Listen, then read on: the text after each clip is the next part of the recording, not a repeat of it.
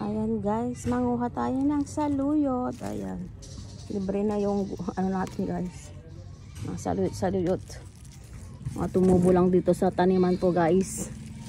Sayang, ang gaganda pa naman.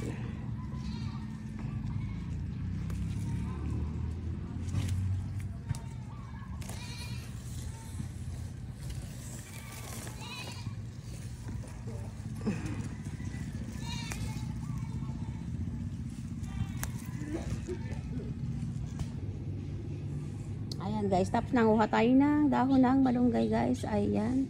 Dumadami na din po yung malunggay na nakukuha natin guys. Ayan, dahil nagtalbos ng ating mga malunggay. Ayan, gagawin natin po yung abraw guys. Lagyan po natin ng saluyot. Ayan.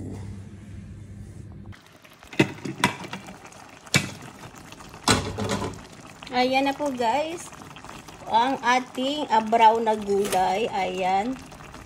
Ito po yung nakuha natin sa may ating likod bahay. Ayan. Nakuha tayong saluyot guys.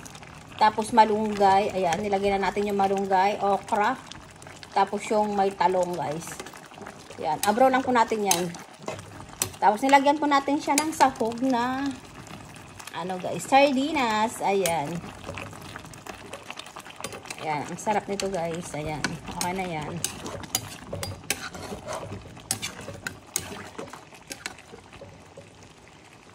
Ayan, tikman na nga natin guys. Sarap.